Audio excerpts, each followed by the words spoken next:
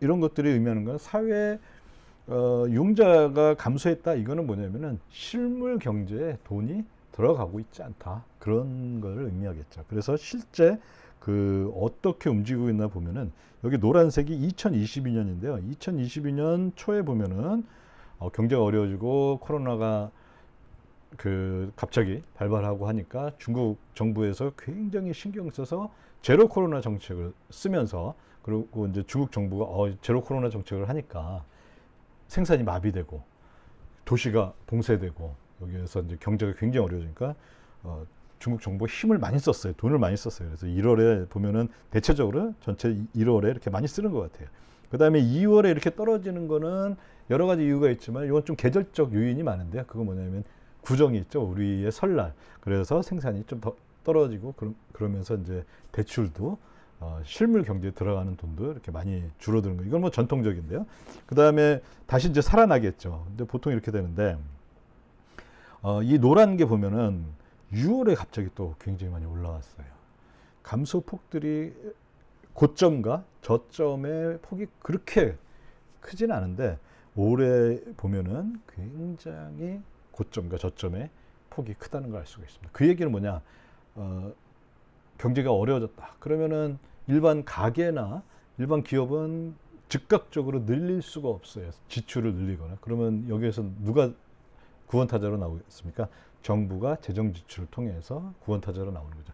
정부가 재정 지출을 한다는 거는 채권을 발행하는 거죠. 채권도 사회 융자에 들어가기 때문에 이렇게 피크들이 생깁니다. 그러면 6월에 굉장히 많이 정부가 썼어요. 그리고 7월부터 이렇게 줄어드는데 그 이유 중에 하나가 정부가 사실 보통 평년에 보면은 정부가 1년 동안에 이렇게 재정 지출하는 게 꾸준히 누적이 이렇게 늘어나잖아요. 근데 올해 보면은 6월 상반기에 다 써버렸어요.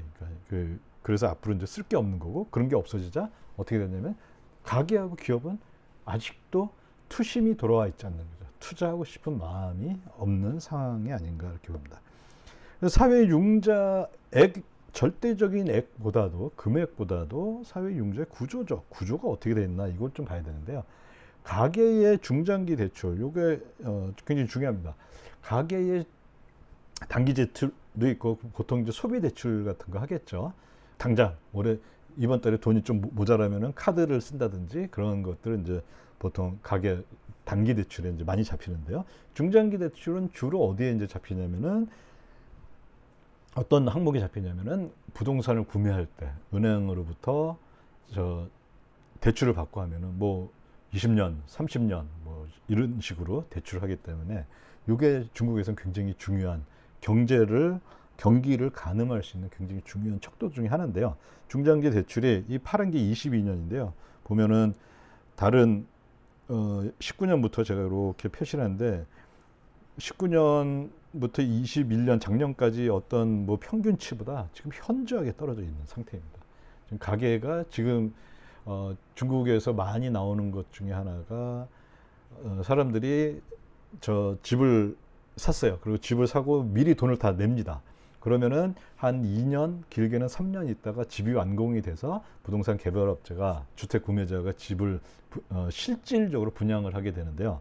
지금 보니까 이 돈을 받았는데, 개발업체가 돈을 받았는데 저기도 자금 사정이 어려우니까 이 공사를 계속 이어나지 못하고 공사 중단이 된 상태예요.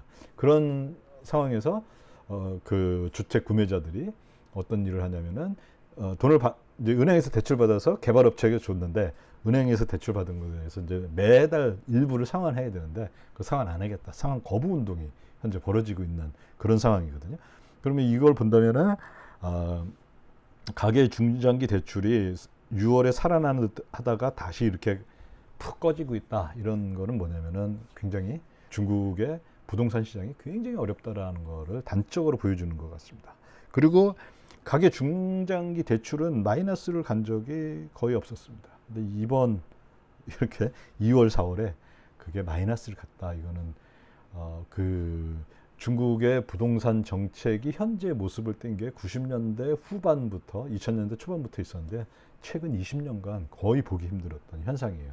그러면 이 얘기는 뭐냐면은 이 중국의 부동산 시장이 굉장히 큰 어려움을 겪고 있다.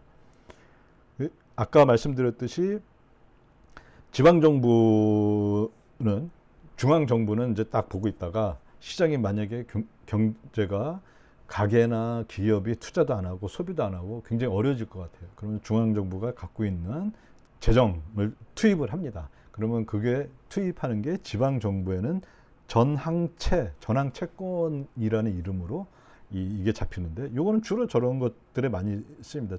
기간 산업, 다시 말하자면은 뭐 도로, 그다음에 뭐 항만, 뭐 공항, 또 뭐 댐, 이런 그 인프라 건설하는데 이게 많이 쓰이는데요.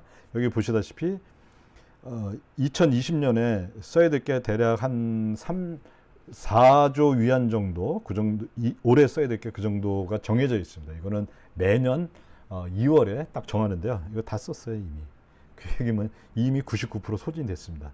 그 얘기는 하반기에는 정부가 특별히 추가 재정 지출을 해서 적자를 이미 계획된 거 이상으로 적자 재정 운용을 하지 않는 이상 정부의 도움이, 정부가 경제에 도와줄 것이 굉장히 그 제한이 많다라는 걸 우리가 알 수가 있겠죠.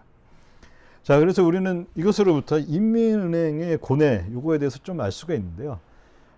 실물 경제가 침체되고 있다는 거. 이거 뭐 인민은행뿐만 아니라 중국 정책당국도 어쩔 수 없는 거죠. 실물 경제가 침체되고 있는데 그거를 단적으로 보여준 게 이번에 MLF 2천억이 감소한 거죠.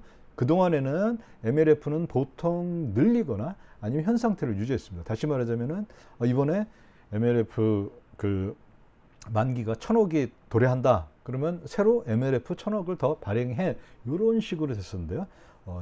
올해 처음으로 MLF가 2,000억이나 감소하는, 즉 가계와 기업의 투자 마인드가 굉장히 이 바닥을 치고 있다는 거죠.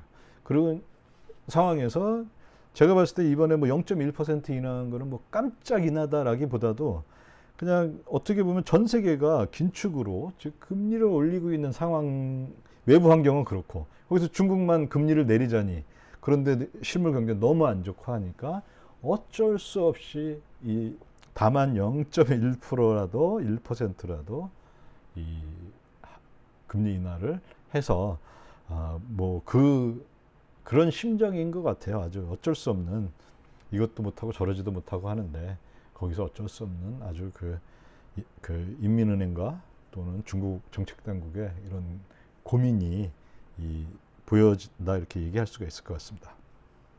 마지막으로 이건 부동산 시장하고 주식 시장을 중국에 한해서 이제 본다면요. 지금 부동산 시장이 박살이 났죠. 지금 중국 시장에서 아무도 투자도 안 하려고 그러고 부동산 실제 하락하고 있는 일선 도시는 여전히 조금 더, 일선 도시라고 해서 베이징, 그 북경, 상해, 광주, 심천 4개 이제 제일 GDP 높은, 그다음에 제일 뭐 대표적인 도시 4개 도시 빼고는 대부분 하락하고 있어요, 지금. 그래서 부동산 시장 안 좋죠. 그러면은 그런 생각을 하겠죠. 그럼 부동산 시장에 있는 자금이 주식 시장으로 와서 주식 시장이 좋아지지 않을 것이냐. 네, 뭐 그럴 수도 있는데요. 적어도 중국에서는 그럴 가능성이 굉장히 희박합니다. 그 이유 중에 하나는 부동산 시장이 중국 전체 GDP에서, 미국의 학자들, 뭐 굉장히 유명한 학자들은 어떤 분은 한 30% 정도, GDP의 30%를 차지한다고 얘기해요.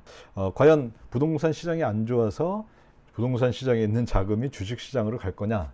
이게 꼭 그렇지 않다는 거죠. 그 왜 그러냐면은, 자, 은행이, 자, 가계, 지금 경제의 플레이어가 3명 있습니다. 은행이 있고 가계 1 있고 가계 2가 있습니다. 가계 2는 주택을 소유한 사람이에요. 그래서 주택을 팔려고 하고 있고요. 가계 1은 주택을 살려고 하는 사람입니다. 그러면 가계 1은 어떻게 하냐면 은행 가서 내가 이러이러한 주택을 살려니까 저한테 돈 좀 대출해 주세요. 뭐 이렇게 할 수가 있겠죠. 자, 그러면 뭐 이거 10억이라 그러죠. 그러면 가계 1은 은행에 가서 내가 10억짜리 집을 사야 되니 10억을 대출해 주시오. 그러면 은행과 가계 1의 대차 대조표는 이렇게 바뀝니다.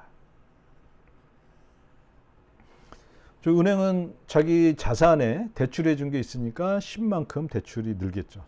그 다음에 가게는 대출을 받았으니까 자기 통장 안에 10이 찍히겠죠. 그 다음에 대출은 가계로 보면은 채무니까요. 부채니까 여기에 이렇게 또 10 생길 거고요. 그 다음에 가계의 예금이 자산으로 잡혔으니까 또 정반대로 은행에는 예금이 부채로 잡히겠죠. 이런 식으로 딱 됩니다. 자, 그 다음에 가계 1하고 가계 2하고 서로 거래를 하죠. 가계 1은 이체를 통해서 가계 2한테 돈을 주고 가계 2는 주택을 넘기겠죠. 그래서 어떻게 되냐면 가계 1의 예금은 감소하죠. 가계 1의 예금은 감소하는 대신 자산에 뭐가 생기냐면 주택이 생기죠. 그러면 최종으로 남는 거는 가계 1은 주택이 10만큼 자기가 생길 거고 가계 2는 주택을 팔고 그러니까 주택이 없어지겠죠. 그 다음에 그거를 자기는 예금으로 갖고 있겠죠. 10 이렇게 되고 은행은 대출 여전히 갖고 있고 예금 갖고 있겠죠. 이 예금은 어디서 나왔느냐? 가계 2가 예금한 거겠죠. 예, 이런 식으로 아주 간단하게 한번 우리가 이걸 볼 수가 있을 겁니다. 그럼 여기서 어떤 일이 생기냐면은 은행은 이 대출을 통해서 새로운 예금을 창출해냈어요. 이제 결과적으로는 가계 2가 갖게 되는 이 예금을 창출해냈습니다. 그리고 가계 1은 자기 대차대조표에 자산은 주택, 부채는 대출이 이렇게 있고 이제 이건 앞으로 점점 시간에 따라서 갚아야 되는 거죠. 자, 그럼 가계 2는 이 예금을 갖고 뭘 하겠습니까? 돈이 새로 생겼습니다. 그러면 뭐 이번에 집 팔아서 이게 이제 억이라고 본다면요. 10억 생겼다 그러면 신났으니까 돈을 벌었어요. 그러면 맛있는 것도 사 먹고 여행도 다니고 또 뭐도 해요? 예, 주식도 사고 이런 식으로 이 돈이 돌겠죠. 그러니까 부동산 시장이 죽었다. 그래서 부동산 시장에 있는 돈이 주식 시장을 가는 게 아니라 부동산 시장이 죽으면은 주식 시장으로 갈 돈이 또 없어진다는 거죠. 그래서 특히 중국에서는 이 부동산 시장이 차지하는 비율이 많은 시장에서는 부동산 시장이 안 좋으면 주식 시장도 굉장히 타격을 많이 받는다. 이렇게 한번 알아두시면 좋을 것 같습니다.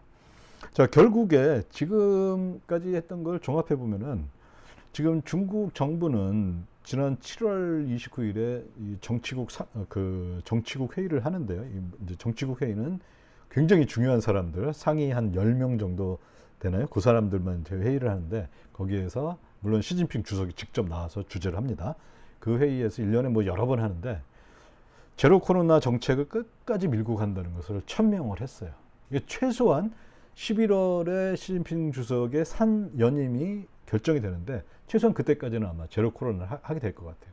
제로 코로나를 계속한다. 이 얘기가 뭐냐면은 어디인가 코로나 발생하면은 거기가 봉쇄되는 거예요. 그러면 제일 타격 받는 데들이 어디겠습니까?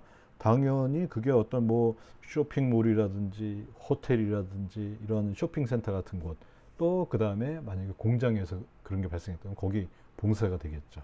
그러면 내가 만약에 회사 사장이다. 그러면 지금 올해 열심히 좀 생산을 해서 내년에 많이 이제 벌 것 같으니까 열심히 뭔가 생산을 하자 이런 마음이 안 생기겠죠. 언제 어디서 코로나가 발생할지 모르니까요. 그래서 이 말을 중국말로 아주 2022년에 유행한 말이 있는데요. 당핑이라는 말인데 이게 탕이라는 게 뭐냐면 누워 있다 이런 말이에요. 그러니까 누워서 아무것도 안 하고 가만히 있다 이런 뜻인데요. 중국의 젊은이들이 현재 그런 젊은이들이 이제 굉장히 많습니다. 그러니까 사회에 일종의 저항하는 방식이죠. 지금 죽으라고 이래도 사회가 코로나니 이런 문제로 인해서 돈을 안 벌리고 그런 상황에서 사회 융자 이 전체적으로 탕핑 단계 있는 게 아니냐. 결론적으로 말씀드리면 매우 힘든 2020년이 되지 않을까 이렇게 한번 생각해 볼 수 있을 것 같습니다. 네, 오늘 여기까지 최근에 있었던 중국의 MLF 그리고 그것의 의미에 대해서 알아보았습니다. 대단히 감사합니다.